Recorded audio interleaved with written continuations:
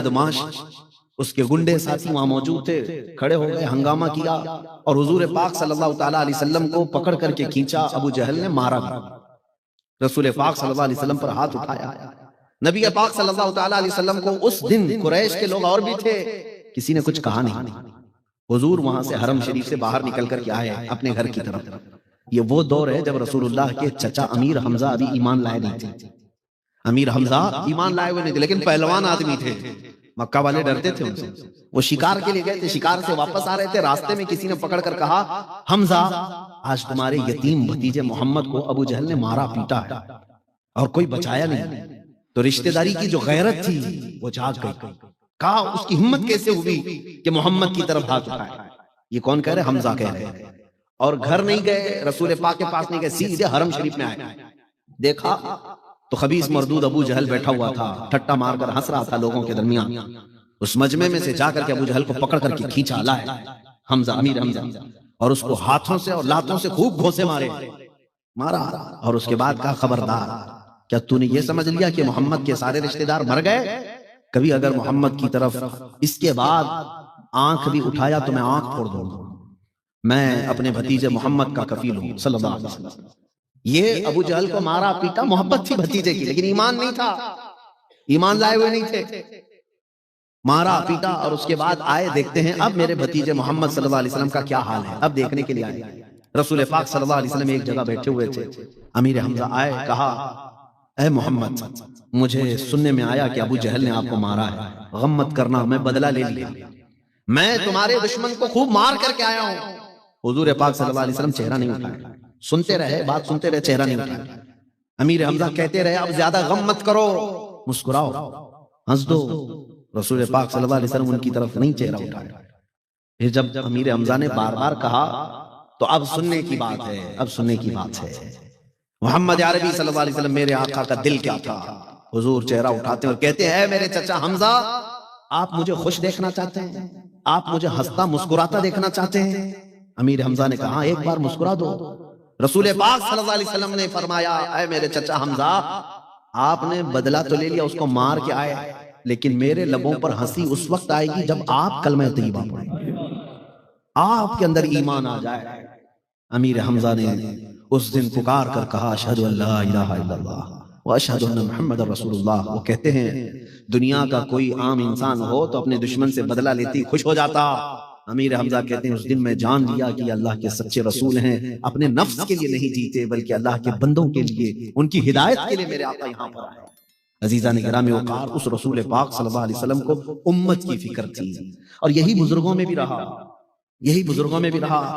آپ کو پتا ہے مشہور واقعہ، جب رسول پاک صلی اللہ علیہ وسلم مدینے سے دور، لوگوں سے دور چلے گئے تھے، کسی کو خبر ہی نہیں تھی کہ کہاں گئے۔ حضرت ابو بکر صدیق رضی اللہ تعالیٰ عنہ ڈھونڈتے ڈھونڈتے ایک جنگل کی طرف آئے، پوچھا، ادھر ادھر دیکھتے رہے، ایک چرواہا جو بکریاں چراتا تھا وہ ملا۔ حضرت ابو بکر نے پوچھا کہ کیا تو نے ہمارے رسول محمد صلی اللہ علیہ وسلم کو دیکھا ہے؟ اس چرواہے نے کہا، میں تو نہیں پہچانتا کون ہے تمہارے رسول، لیکن ہاں اندر ایک پہاڑی کی کوہ کے بیچ میں یا جنگل کے درمیان کوئی ایک شخص ہے جو مسلسل رو رہا ہے، اور اس کے رونے کی وجہ سے میری بکریوں نے چارہ کھانا چھوڑ دیا۔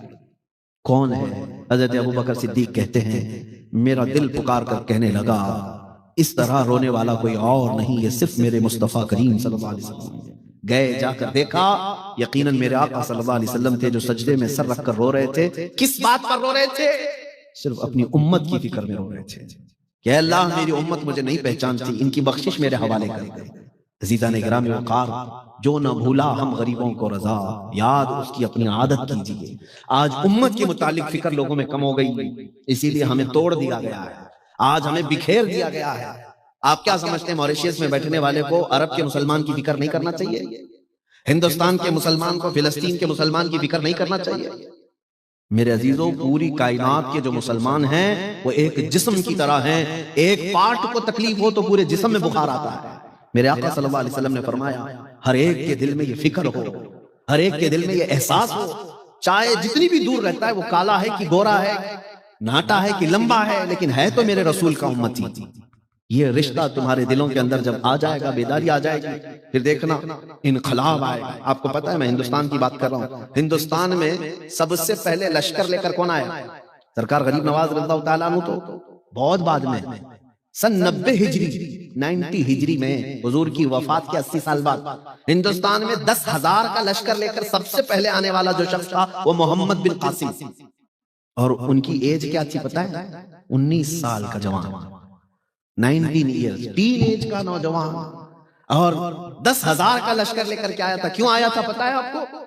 ہندوستان فتح کرنا، جھنڈے گاڑنا یہ نہیں، بلکہ ایک حادثہ ہو گیا تھا۔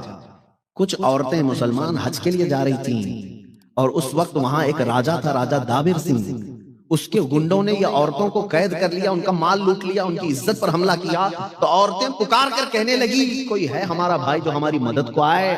تو کوئی عرب کے بزنس مین جو تھے، تجارت والے، انہوں نے عورتوں کی آواز سنی، عرب میں جا کر کے خلیفہ وقت یا گورنر جو تھا اس کے پاس بیان کر رہے تھے، اور یہ گورنر کا بھتیجا محمد بن قاسم سن رہا تھا۔ وہیں سے پکار کر کہا لبیک یا اختی، اے میری بہن میں تیری عزت کے لیے آ رہا ہوں، میں تیری عزت کی حفاظت کے لیے آ رہا ہوں۔ 10,000 کا لشکر لے کر کے سب سے پہلے سندھ کی سرزمین پر اترا وہی نوجوان۔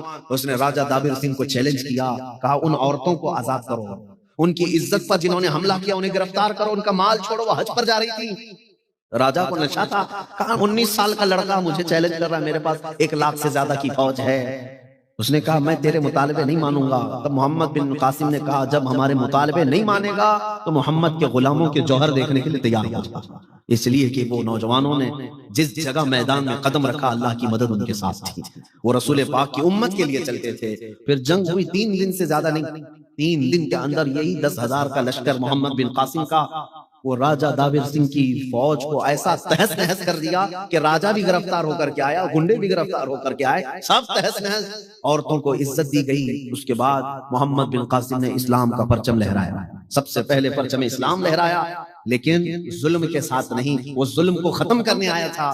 الہ آباد یونیورسٹی کے ایک پنڈت ہیں ہندو، انہوں نے کتاب میں لکھا ہے کہ میں نے تاریخ میں دیکھا بہت سارے بادشاہ آئے ہندوستان میں، لیکن محمد بن قاسم جیسا انصاف کرنے والا جرنیل میں نے کبھی دیکھا ہی نہیں۔ یہ اپنے نہیں غیروں نے بھی لکھا ہے۔ میں بات اس لیے عرض کر رہا ہوں کہ اس وقت ان کے دلوں میں یہ خیال ہوتا عرب میں بیٹھے ہیں، ہندوستان میں اگر کسی عورت پر کوئی حملہ کر رہا ہے وہ وہیں سے نکل کر کے آ جاتے، پلین سے نہیں آتے، جہاز سے نہیں آتے تھے، پیدل سفر کر کے نکلتے تھے، جنگلوں کا، پہاڑوں کا، اور پہنچ جاتے تھے مدد کے لیے۔ اسی لیے ان کو اللہ تعالیٰ نے زمینیں کھول کر رکھی تھی۔ آج فلسطین کے بچے تڑپتے ہیں، اور یہ عرب کے عیاش حکمران ٹوائلٹ بھی سونے کے بنا کر کے بیٹھے ہوئے ہیں، اور کرسیاں ان کی سونے کی، برتن ان کے سونے کے، اور ان کا عیش ایسا کہ یہ آسمان چھونے والی بلڈنگیں بنا رہے ہیں، اور فلسطین کے بچے ایک ایک لقمے کے لیے ترس رہے ہیں۔ ملک شام کے بچوں کے حالات ایسے ہیں کہ دوائی تک ان تک نہیں پہنچ پاتی، گھاس کھانے پر مجبور ہیں۔ یمن کے کئی بچے ایسے ہیں جو زمین پر پڑی ہوئی گھاس کھا کر کے رہ جاتے ہیں۔ کیا کل قیامت کے دن ان عرب حکمرانوں کو سوال نہیں ہوگا؟ آج جب امت کی فکر ختم ہو گئی تو اللہ تعالیٰ نے تم سب کو ذلیل کر دیا۔ ان کا مال کس کام کا، ان کی حکومتیں کس کام کی، ان کا تخت کس کام کا، کہ مسلمانوں پر ہونے والے ظلم پر ارے مدد کو نہ ہی پہنچ سکتے تو کم سے کم اعلان تو کر سکتے ہو، نہیں کرتا، کوئی نہیں کرتا۔ انہیں بات کرنے کو تک کی آج تمیز نہیں ہے۔ 57 کنٹریز پورے ورلڈ میں مسلم نام سے ہیں، آج 57 ملک ہیں مسلم کنٹریز، اور اس کے بعد حالات کیسے ہیں سب دیکھ رہے ہیں۔ تو میرے عزیزو اس بات کو سمجھ لو کہ جن کے دلوں میں احساس ختم ہو گیا وہ ایمان بھی جا رہا ہے، ایمان بھی جا رہا ہے۔ چہرہ مسلمان بنا لینے سے صرف مسلمان نہیں ہوتا، دل کے اندر۔ اسی لیے علامہ اقبال نے کیا خوب کہا تھا کہ خرد نے کہہ دیا لا الہ تو کیا حاصل، دل و نگاہ جو مسلمان نہیں تو کچھ بھی نہیں، دل و نگاہ مسلمان نہیں تو کچھ بھی نہیں۔ امت کی فکر میرے عزیزو آج آپ سب کی بھی ذمہ داری ہے۔ اب آپ پوچھیں گے ہم موریشس میں بیٹھے کیا کریں گے، کیا کریں گے؟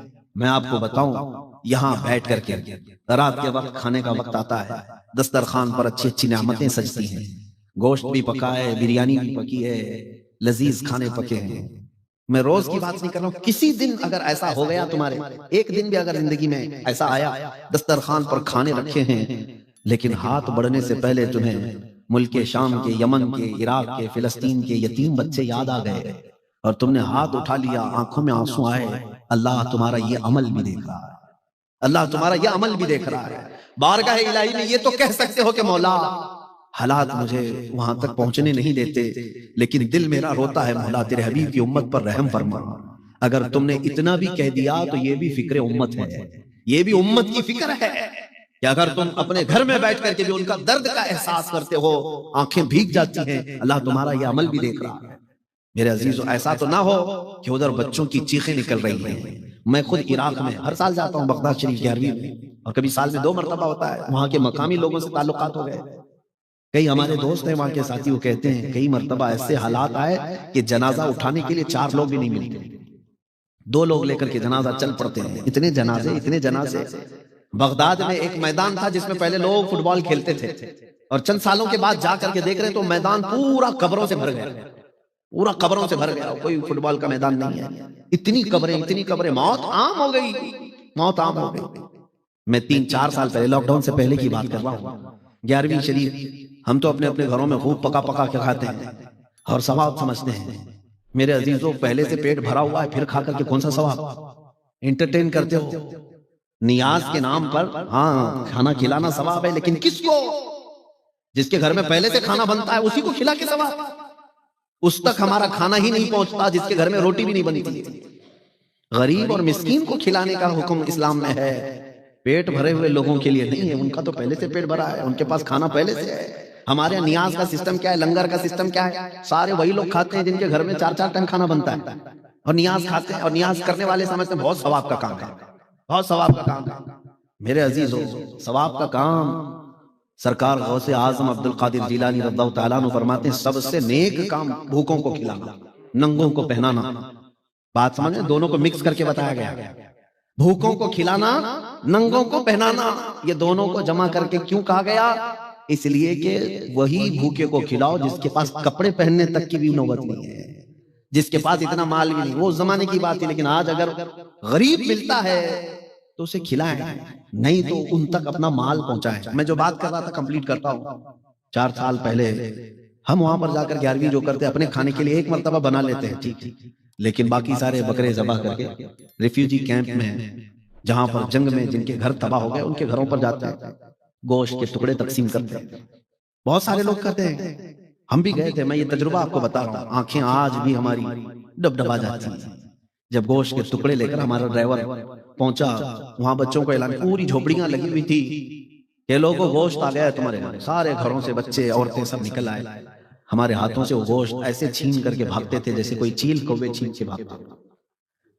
آج اس حالت پر امت مسلمہ کو کون لایا؟ کیا یہ میرے رسول کی امت نہیں ہے جس کو ایسا بھکاری بنا دیا گیا؟ ان کو ایک گوشت کا ٹکڑا لے کر کے، چھوٹی سی ایک لڑکی کو دیکھا، وہ گوشت کا ٹکڑا لے کر بھاگ رہی اور بیچ راستے میں چوم رہی، آنکھوں سے لگا رہی۔ گوشت کا ایک ٹکڑا 1.5 کلو کا ہوگا، آدھا کلو کا ہوگا۔ اس دن درد ہوتا ہے دل میں کہ ہم تو روز کھاتے ہیں اپنے گھروں میں، اور میرے آقا صلی اللہ علیہ وسلم کی امت کو ہم نے کبھی احساس نہیں کیا۔ اور تمہیں پتا ہے میرے رسول کی عادت کیا تھی؟ ماں عائشہ صدیقہ فرماتی ہیں میرے بستر میں حضور آرام کرتے تھے، کبھی بجلیوں کی آواز آتی تو رسول اللہ بستر چھوڑ کر باہر نکل جاتے تھے، باہر چلے جاتے تھے اور رونے لگ جاتے تھے، دعا کرتے، استغفار کرتے۔ حضرت عائشہ پوچھتی ہیں یا رسول اللہ جب بھی بجلیاں آتی ہیں آپ کیوں بستر سے نکل کر باہر آتے ہیں، روتے ہیں؟ رسول پاک صلی اللہ علیہ وسلم فرماتے ہیں اے عائشہ مجھے ڈر لگتا ہے جب بجلیاں آتی ہیں پچھلی امتوں کا عذاب یاد آتا ہے، کہیں یہ بجلیاں میری امت پر عذاب بن کر نازل نہ ہو جائے۔ میں اللہ کی بارگاہ میں استغفار کرتا ہوں کہ مولا عذاب مت نازل کر میری امت پر، جو نہ بھولا ہم غریبوں کو رضا، یاد اس کی اپنی عادت کیجیے۔ آج ہم بھولے بیٹھے ہیں اس رسول کی امت کو۔ عزیزان گرامی وقار، قرآن نے تمہیں کیا کہا؟ کنتم خیر امت اخرجت للناس تأمرون بالمعروف وتنہون عن المنکر وتؤمنون باللہ۔ تم کو انسانوں میں سب سے بہترین امت بنایا گیا، کیوں؟ اس لیے کہ تم لوگوں کو اچھائی کی طرف بلاتے ہو، برائیوں سے روکتے ہو، اللہ پر غیب پر ایمان لاتے ہو، اچھائیوں کی طرف بلانا تم نے چھوڑ دیا۔ بہت سارے نوجوان بچے آج نشہ کے اڈوں پر رات رات گزارتے ہیں، بڑے بڑے شہروں میں حالات ہو گئے۔ ہمارے محلوں میں نشہ بیچا بھی جاتا ہے، خریدا بھی جاتا ہے، کھلایا بھی جاتا ہے، پلایا بھی جاتا ہے، اور بہت سارے ذمہ دار لوگ ہیں وہ جانتے ہیں، چھوڑ دیتے ہیں، نہیں اس کو کون بولے گا، وہ میرے خلاف کھڑا ہو جائے گا، فلاں ہو جائے گا۔ تمہیں اگر امت مصطفیٰ کی فکر ہے اسے بچاؤ، اسے بچاؤ، اسے روکو۔ اس کو روکنے کے طریقے ہیں مار کر کے نہیں، تھپڑ لگا کر کے نہیں، ڈانٹ کر کے نہیں۔ میں نے خود دیکھا ہے اپنی زندگی میں نے دیکھا ہے، 1-2 نہیں، میں آپ کے سامنے سینکڑوں بچے لا کر کے رکھ دوں گا جنہوں نے نشہ سے توبہ کیا۔ الحمدللہ، میں یہ اپنی تعریف کے لیے نہیں کہہ رہا ہوں، لیکن کیا طریقہ کیا؟ صرف اتنا کہا اس نوجوان کو جو ایڈکٹ ہو گیا کہ تجھے اللہ کے رسول کا واسطہ دیتا ہوں، اگر رسول پاک صلی اللہ تعالیٰ علیہ وسلم سے دل میں محبت رکھتا ہے تو چھوڑ دے اس چیز کو، چھوڑ دے، اس لیے کہ وہ رسول تجھ سے بہت محبت کرتے ہیں۔ اس رسول نے فرمایا تمہارے پاؤں میں کانٹا بھی چبھے تو اس کا درد مجھے ہوتا ہے، یہ میرے آقا نے فرمایا، یہ رسول کریم صلی اللہ علیہ وسلم نے فرمایا۔ جس نوجوان کو ہم نے یہ کہا کہ وہ رسول تجھ کو تیری ماں سے تیرے باپ سے زیادہ پیار کرتے ہیں، کیا تجھے اس رسول کا واسطہ نہیں پیارا ہے؟ چھوڑ دیا اس نے، توبہ کر لیا۔ بہت سارے ایسے ہیں الحمدللہ وہ آج فجر کی نماز کے بھی پابند ہیں، طریقہ کار ہے، امت کی فکر کرنا چھوڑ دیا تو پھر ہماری امت ٹکڑوں میں بدل گئی۔ سب یہ سوچتے ہیں اس کو میں کیوں بولوں، اس کو میں کیوں بولوں، نہیں، تمہاری ذمہ داری ہے، تم خیر امت ہو، برائیوں سے روکنے کے لیے آئے ہو، اچھائیوں کا حکم دینے آئے ہو۔ عزیزان گرامی اوقات، وقت زیادہ طویل ہو گیا، میں ان بزرگوں کی بارگاہ میں کچھ عرض نہ کر سکا۔ سرکار محدث اعظم ہند رحمۃ اللہ تعالیٰ علیہ کی صرف اتنی بات میں آپ کو بتا دوں کہ وہ محدث اعظم ہند تھے، محدث اعظم ہند۔ حدیث میں جو سب سے زیادہ مہارت حاصل کرتا ہے اس کو محدث کہتے ہیں، اور وہ بھی محدث اعظم ہند، ہندوستان کے بڑے محدث تھے۔ دیکھیے میں ابھی آپ کو ایک بات بتا دوں، آج کے زمانے میں لقب دینا بھی آسان ہے، کوئی کسی کو کچھ بھی بول دے، ہاں یہ فلاں ہے وہ فلاں ہے۔ فارسی میں ایک شعر ہے، پیرا نمی پرند مریدہ می پرانند۔ فارسی میں کہا جاتا ہے پیر اڑتے نہیں ہیں، مرید اڑواتے ہیں، مرید اڑاتے ہیں، ارے ہمارے پیر تو چوتھے آسمان پہ رہتے ہیں۔ دوسرا کہتا ہے تیرے چوتھے پہ میرے پیر تو ساتویں پہ رہتے ہیں۔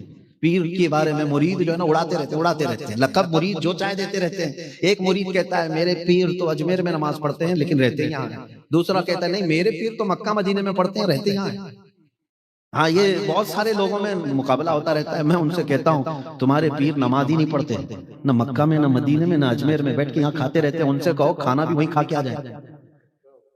ہاں میرے عزیزوں، میں یہ بات اس لیے کہہ رہا ہوں کہ پیروں کو لقب دینے میں بہت آسان ہے، مرید جو چاہے لقب دے دیں گے، لیکن محدث اعظم ہند کو لقب کس نے دیا؟ کیا یہ مریدوں نے لقب دے دیا؟ ان کے چاہنے والوں نے دے دیا؟ نہیں، بلکہ ان کو پڑھائے ہوئے استاد نے لقب دیا۔ استاد اپنے شاگرد کو کہہ رہا ہے، اور وہ بھی علم حدیث میں کچھ بزرگوں کو 40 سال لگ گئے، کسی کو 50 سال لگ گئے بخاری شریف پڑھاتے پڑھاتے، جب ان کو محدث کہا جاتا ہے۔ لیکن حضرت محدث اعظم ہند کو صرف 17 سال کی عمر میں محدث اعظم ہند کہا گیا۔ یہ آپ کا کمال تھا علم حدیث میں۔ اللہ تبارک و تعالیٰ ان کے فیوز و برکات ہم سب کے سینوں پر جاری و ساری فرمائے۔ اور صرف حدیث میں نہیں، ایک جگہ اعظم گڑھ میں آپ نے تقریر فرمائی تھی محدث اعظم ہند، جو موجود لوگ تھے وہ کہتے ہیں ایک تقریر میں ہم نے دیکھا 25 لینگویج استعمال کیے تھے، 25 زبانیں الگ الگ آپ نے استعمال کیے۔ وہ جس میدان میں گئے اس کے بادشاہ تھے، جس میں مناظرے میں گئے، مناظرے میں دیوبندیوں کے دانت کھٹے کر کے آئے، مناظر اعظم بھی تھے، ایڈوکیٹس تھے، وکیل حضرات ان کے سامنے بات کر رہے تھے بھاگلپور میں، 1 گھنٹہ تک تقریر کیے، پورے آرٹیکلز جتنے بھی انڈین یہ جو ہمارے لا ہیں اس کے بارے میں بات کرتے رہے، پینل کوڈ فلاں، یہ آرٹیکل 3 سب بات کرتے رہے۔ تو وکیل جتنے بیٹھے ہوئے تھے ایڈوکیٹ، انہوں نے کہا کہ آپ انڈین لا کے حافظ ہیں، ہمیں یاد نہیں یہ ساری چیزیں، آپ تو ایسا پڑھ رہے ہیں جیسے کہ آپ نے حفظ کیا ہے۔ بہرحال میرے عزیزوں، یہ سب کمال ہے عشق رسول کا۔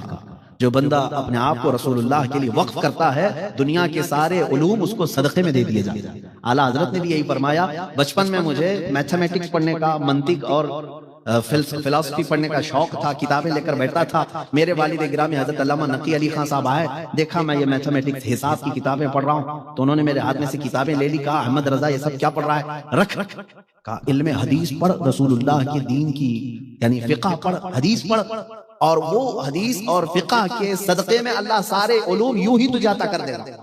اور پھر اللہ نے ایسا نوازا اعلیٰ حضرت کو کہ میتھمیٹکس میں ان کی لکھی ہوئی کتابوں کا پروفیسر لوگوں کے پاس بھی جواب نہیں آج۔ تو بہرحال جو کچھ بھی ملتا ہے وہ میرے مصطفیٰ کریم صلی اللہ علیہ وسلم سے وفا کرنے پر ملتا ہے۔ اخیر میں یہی کہوں گا کہ یا رسول اللہ، خلق کے حاکم ہو تم، رزق کے قاسم ہو تم، جو ملا تم سے ملا، تم پہ کروڑوں درود، بے ہنر و بے تمیز کس کو ہوئے ہیں عزیز، ایک تمہارے سوا، تم پہ کروڑوں درود۔ آج اہل موریشیس سے میں کہتا ہوں، آئیں ہم سب یہ عہد کرتے ہیں کہ اگر اپنی زندگی میں کسی کو راضی کرنا ہے، ایک بات میں آپ کو بتا دوں، کچھ نوجوان صرف چند دوستوں کو راضی کرنے کے لیے اپنا چہرہ بدل لیتے ہیں، ہاں داڑھی نکال کے پھینک دیا، کیوں؟ اس لیے کہ دوسرے لوگ ہم کو بولیں کہ پرانے زمانے کا آدمی لگ رہا ہے، کیا بوڑھا ہو گیا، مولانا ہو گیا، مولوی صاحب ہو گیا، اس کو صرف چند لوگوں کو راضی کرنے کے لیے اپنے آپ کو بدل لیا، لیکن پھر بھی وہ راضی نہیں رہتے، پھر بھی نہیں راضی رہتے۔ تم دنیا کو ننگا ہو کر کے بھی راضی نہیں کر سکو۔ ایک بات یاد رکھیں، کچھ بھی اپنے آپ کو بدل لو، لوگ بولتے رہیں گے ہو تم کو یہ دنیا چھوڑتی نہیں، یہ کپڑے پہنو تو مجھے بولتے ہیں، عام کپڑے پہنو تو بولتے ہیں، اگر سادے کپڑے پہن کر کے آؤ تو بولتے ہیں مولانا تو یہ کچھ ہے ہی نہیں، بھکاری دکھتا ہے، بہت زیادہ کپڑے پہن لو، اچھے کپڑے پہن لو تو بولتے ہیں پتہ نہیں کہاں سے پیسہ لا رہا ہے، سائیکل پر جاؤ تو غریب ہے، یتیم ہے بیچارہ، کار میں جائے گا تو بولا سب کا مال لوٹ کے جا رہا ہے۔ تو لوگوں کی کوئی بھی یہ رہتی نہیں، لیکن میں یہ کہتا ہوں کہ تم اپنے آپ کو کیوں بدلنے جا رہے ہو؟ جس کے دل میں یہ بات آتی ہے نا لوگ کیا کہیں گے، لوگ کیا کہیں گے، ایسا کروں گا لوگ کیا کہیں گے، ان کے لیے میں ایک ہی جملہ کہتا ہوں، لوگ کچھ نہیں کہتے، مرنے کے بعد صرف انا للہ کہتے ہیں، بس یہی ایک اچھی چیز بولتے ہیں، انا للہ و انا الیہ راجعون، باقی زندگی میں ان کا خیال مت کرو کیا کیا بولتے تھے۔ لوگوں کے لیے جیتے رہو گے تو یہ لوگ کتا بنا دیتے ہیں، کچھ بھی بنا دیتے ہیں، لیکن اگر آپ کو راضی کرنا ہو تو مدینے کے تاجدار کو راضی کرو، اس لیے کہ وہ بہت جلدی راضی ہوتے ہیں۔ اپنے خدا کو راضی کرو، وہ ایک سجدے میں راضی ہوتا ہے، ایک سجدے میں راضی ہوتا ہے۔ باقی دنیا کو راضی کرتے کرتے لوگ تھک گئے، لیکن دنیا راضی نہیں ہوتی، اور اگر ایک راضی ہو گیا تو دوسرا ناراض ہے۔ آپ محلے میں رہتے ہیں، پورے محلے کو راضی کر کے دکھاؤ، چیلنج ہے میرا۔ ہاں آپ کیا سمجھتے ہیں؟ نہیں ہو سکتا۔ میں اپنے لیے کہہ رہا ہوں، میں اپنے لیے کہتا ہوں، سننے والے ہمارے لاکھوں ہوں گے، لیکن گالیاں دینے والے بھی، نفرت کرنے والے بھی، تو اگر میں ان نفرت کرنے والوں کو دیکھوں تو اپنے آپ کو بہت کچھ ادھر ادھر کرنا پڑ جائے گا۔ مجھے شیخ سعدی رحمۃ اللہ علیہ کی وہ بہت اچھی بات یاد آتی ہے کہ آپ سے کسی نے کہا کہ آپ کو فلاں برا بولتا ہے، فلاں برا بولتا ہے، اس کا بھی تو کچھ جواب دو۔ انہوں نے کہا تھا مجھے جو پیار کرتے ہیں ان کے لیے میرے پاس ٹائم نہیں، نفرت کرنے والوں کو کہاں ٹائم ہے؟ پہلا حق تو ان کا ہے، جو چاہتے ہیں ان کا حق ہے۔ میرے عزیزو، ہم بچپن میں ایک چیز پڑھتے تھے، میں صرف یہ اس لیے کہہ رہا ہوں، کوئی لطیفہ نہیں، اپنے آپ کو کچھ نوجوان صرف اس لیے چینج کرتے ہیں کہ دنیا میں اچھا لگوں، دنیا میری تعریف کرنے لگے۔ تم اپنے آپ کو چینج کرتے ہو لیکن پھر بھی گالی کھاتے ہو، پھر بھی برا، تم نے اپنے ہیئر سٹائل الگ کر لیے، ہاں لباس کا سٹائل بدل لیا کسی کو راضی کرنے کے لیے، لیکن ایک راضی ہوا دوسرا بولتا ہے ارے کیسے کپڑے پہنتے ہیں۔ تمہاری یہی زندگی گزر جائے گی، کوئی نہ کوئی تمہیں عیب لگاتا رہے گا۔ بچپن میں ہم نے کتاب میں ایک بات پڑھی تھی کہ بیچارے ایک شوہر بیوی گدھا لے کر کے جا رہے تھے، تو شوہر نے بیوی کو بٹھایا، گدھا خود پکڑ کے جا رہا تھا، عورت ہے ساتھ میں اس کو سوار کرے، چوک پہ بیٹھے ہوئے لوگ کمنٹس کرنے لگے بیوی کا غلام جا رہا ہے، عورت کا غلام ہے، عورت کو بٹھایا خود چل کے جا رہا ہے۔ اس کو بات بری لگی، عورت کو اٹھایا خود بیٹھ کے جانے لگا۔ تھوڑی دور آگے جانے کے بعد کچھ لوگوں نے دیکھا اور کہا ظالم آدمی ہے، عورت کو چلا رہا خود بیٹھا ہوا، خود بیٹھا ہوا۔ وہ بیچارہ اتر گیا، کہا کہ نہیں چلو کوئی نہیں بیٹھے گا، دونوں چل کے جاتے ہیں۔ تیسری جگہ کچھ لوگ بیٹھے تھے، انہوں نے کہا کتنے بیوقوف ہیں، سواری ہے پھر بھی چل کے جاتے ہیں، سواری ہے ساتھ میں لیکن پھر بھی پیدل جا رہے ہیں۔ اس نے کیا کہا اب ایک ہی چیز باقی رہتی، گدھے کو اٹھا کے لے جاؤ۔ اب کیا بچا؟ لوگوں کی باتوں سے بچنے کے لیے لاسٹ چیز بچی، گدھے کو اٹھا لے۔ یہی حالت ہو جاتی ہے، جو لوگوں کے لیے اپنے آپ کو چینج کرتے ہیں انہیں آخر میں گدھا اٹھانا پڑ جائے گا، آخر میں گدھا اٹھانا پڑ جائے گا۔ اس لیے اس کا علاج کیا ہے؟ اس کی نہ دیکھو، اس کو راضی نہ کرو۔ بریلی کے امام نے یہ فرمایا آج لے ان کی پناہ آج مدد مانگ ان سے، ہاں آج لے ان کی پناہ آج مدد مانگ ان سے، کل نہ مانیں گے قیامت میں اگر مان گیا، انہیں جانا انہیں مانا، نہ رکھا غیر سے کام، للہ الحمد میں دنیا سے مسلمان گیا۔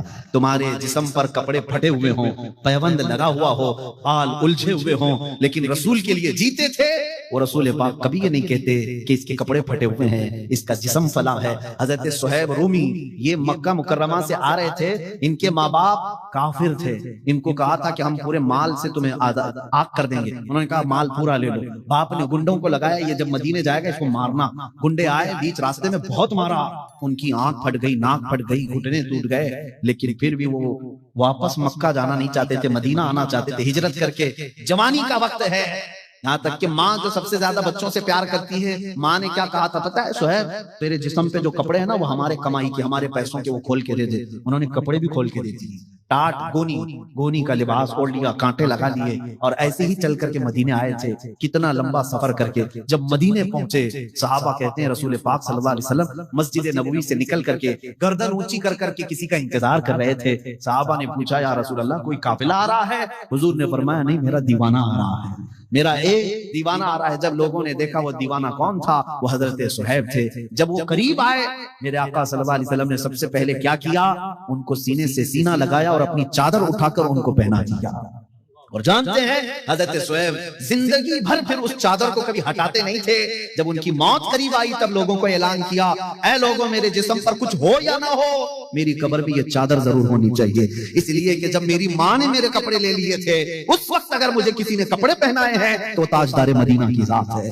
جس کو دنیا چھوڑ دیتی ہے اس کو میرے رسول اپناتے ہیں, جس کو دنیا ٹھکرا دیتی ہے اس کو میرے رسول گلے لگاتے ہیں. اسی لیے شاعر نے کیا ہی اچھا کہا, لگاتے ہیں اس کو بھی سینے سے آقا جو ہوتا نہیں منہ لگانے کے قابل, جو ہوتا نہیں منہ لگانے کے قابل. اسی لیے میری ریکویسٹ اپیل یہی ہے, دنیا کو راضی کرتے کرتے تم بوڑھے ہو جاؤ گے, یہ دنیا کبھی راضی نہیں ہوگی. راضی کرنا ہو تو تاجدار مدینہ کی ذات کو راضی کرو, اور وہ بہت جلدی راضی ہوتے ہیں. اور ان کو راضی کرنے کا سب سے بہترین کام یہ ہے, آج سے عہد کرو جو سیدہ فاطمہ الزہرا نے کہا تھا, ان کی بیٹی نے کہا تھا. آپ کو میں نے واقعہ ادھورا چھوڑ دیا. حضور سجدے میں رو رہے تھے مدینے میں, کسی کے اٹھانے سے اٹھتے نہیں تھے. حضرت فاطمہ الزہرا نے آ کر کیا کہا تھا حضور پاک صلی اللہ علیہ وسلم سے, اے میرے ابا جان آپ سر اٹھا لیں, آپ کی بیٹی فاطمہ جب تک زندہ رہے گی کوئی رات سوئے گی نہیں, ہر رات آپ کی امت کی بخشش کی دعا کرے گی.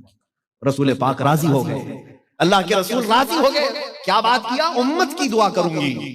سیدہ فاطمہ الزہرا امت کی بخشش کی دعا کرتی رہی, میرے آقا راضی ہو گئے. آج اگر میرے مصطفیٰ کو راضی کرنا ہو, آج سے یہی کہو, یا رسول اللہ میں اپنے لائف کے لیے, اپنے سیلف کے لیے بہت جی لیا, اپنے گھر کے لیے بہت جی لیا.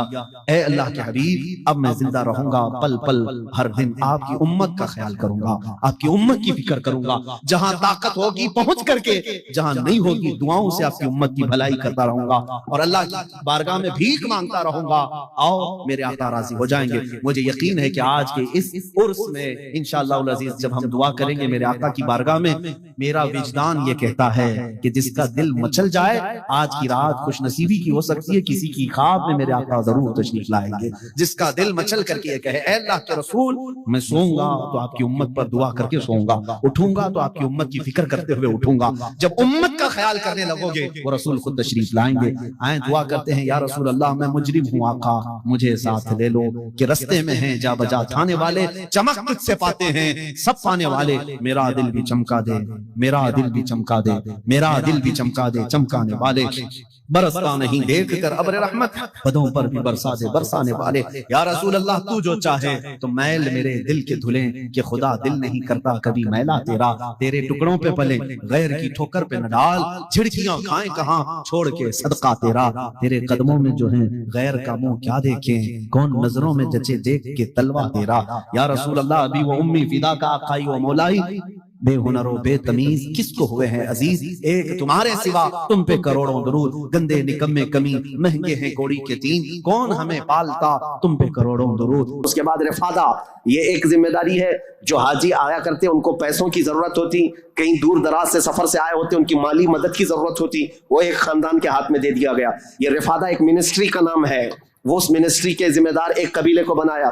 پھر اس کے بعد سدانہ خانہ کعبہ کی حفاظت, اس کے غلاف کو تبدیل کرنا, اس کی چابی کی ذمہ داری, اس کو کھولنا بند کرنا, اس کی صفائی کرنا, وہ بھی ایک قبیلے کے ذمے میں دے دیا. وہ باضابطہ ایک منسٹری بنائی گئی, ایک وزارت تھی, اور اس کے علاوہ تقریباً انہوں نے 26 منسٹریاں بنائی تھیں, شعبے بنائے تھے. کون؟ حضرت قصی. یہ دنیا میں سب سے پہلے اس طرح شعبے جات کو تقسیم کر کے, جیسے ایک جمہوری نظام ہوتا ہے, ایک ڈیموکریسی نظام ہوتا ہے, اس طرح سے آپ نے بنایا. اور حضرت قصی کی یہ مہارت تھی کہ پورے عرب میں آپ کا, بلکہ ہر جگہ آپ کا چرچا ہونے لگا. اور حضرت قصی نے اس چیز کو اتنے اونچے لیول تک لے جا کر وہاں مکہ مکرمہ کو پوری دنیا میں متعارف کیا کہ لوگ یہاں کی خدمتیں دیکھنے کے لیے آیا کرتے تھے. ہر قبیلے کو الگ ذمہ داریاں تھیں. یہ تاریخ ہے. اس کے بعد قصی جلدی ہی انتقال کر گئے, حالانکہ ان کو زیادہ وقت نہیں ملا, ان کا زیادہ وقت نہیں تھا. ان کی شادی ہوئی, شادی ہونے کے بعد ان کے گھر جو بیٹے پیدا ہوئے ہیں وہ 2 بیٹے تھے, ایک عبد الدار اور ایک عبد مناف. قصی نے اپنی ساری ذمہ داریاں, اپنی جانشینی عبد مناف کو دے دیا. عبد مناف یہ بہت ہی پاکیزہ اخلاق کے انسان تھے اور لوگوں میں بہت ہی معزز تھے, مکرم تھے. عبد مناف کے ذمے میں جو کام آئے تھے وہ جس طرح ان کے باپ قصی نے بانٹے تھے، اس کے بعد عبد مناف کے بیٹے پیدا ہوئے جو عرب قبیلوں میں نہیں قریش خاندان میں سب سے افضل انسان سمجھے جاتے تھے، وہ حضرت ہاشم ہیں۔ ہاشم، ان کا لقب ہاشم اس لیے تھا کہ یہ اتنے فیاض تھے، اتنے سخی تھے کہ اپنا مال کا اکثر حصہ پورا حاجیوں کو کھلانے میں تقسیم کرتے تھے۔ ایک بار عرب میں قحط پڑ گیا تھا، لوگ بھوکے تھے اور لوگوں کے پاس مال و دولت کی کمی بہت زیادہ آ گئی، تو حضرت ہاشم نے سال بھر روٹیوں کے ٹکڑے کر کے ان کو شوربے میں ڈبو کر لوگوں کو پیٹ بھر کر کھلاتے تھے، اس لیے آپ کا لقب ہاشم ہوا۔ ہاشم اس ذمہ داری کو اس طرح سے سنبھالتے ہیں کہ خانہ کعبہ کی تولیت وغیرہ عبدالدار کے پاس تھی، سقایا، رفادہ، جس کو میں ابھی نام دے کر کے جو منسٹریاں بتایا کہ یہ الگ الگ قبیلوں کے ذمے تھی، تو عبدالدار جو ایک ان کے پردادا کے ہی خاندان میں لوگ تھے، انہوں نے بدعنوانیاں شروع کی تھیں، ٹیکس لگایا، حاجیوں سے پیسہ لیا، یہ تمام چیزیں ہونے کی وجہ سے حضرت ہاشم نے وہ ذمہ داریاں بھی اپنے ہاتھ میں لے لیں۔ اب قریش خاندان میں حضرت ہاشم کے پاس جو ذمہ داریاں تھیں وہ یہ تھیں کہ آپ رفادہ یعنی حاجیوں کو مالی مدد دینے کے بھی آپ ہی ذمہ دار تھے، سقایا مینا میں حاجیوں کو پانی پلانے کے ذمہ دار بھی آپ ہی تھے، اور سدانہ خانہ کعبہ کی چابی اور کلید بردار جو کہتے ہیں وہ بھی ذمہ داریاں آپ نے لے لی تھی۔ اتنا ہی نہیں، ندوہ ایک وہاں کی ایسی بیٹھک کا نام ہے جو عدالت بھی ہے، پارلیمنٹ بھی ہے، مشورے کی جگہ ہے، جہاں سب کے فیصلے کیے جاتے تھے، وہ بھی حضرت ہاشم کے ذمے میں تھی۔ حضرت ہاشم، ان کا بھی معاملہ ایسا ہوا کہ انہوں نے شادی فرمائی اور ان کے ہاں ایک ہی بیٹا پیدا ہوا جن کا نام شیبہ تھا۔ حضرت ہاشم کے گھر ایک بیٹا پیدا ہوا شیبہ، اور اس کے بعد حضرت ہاشم کا انتقال ہو گیا۔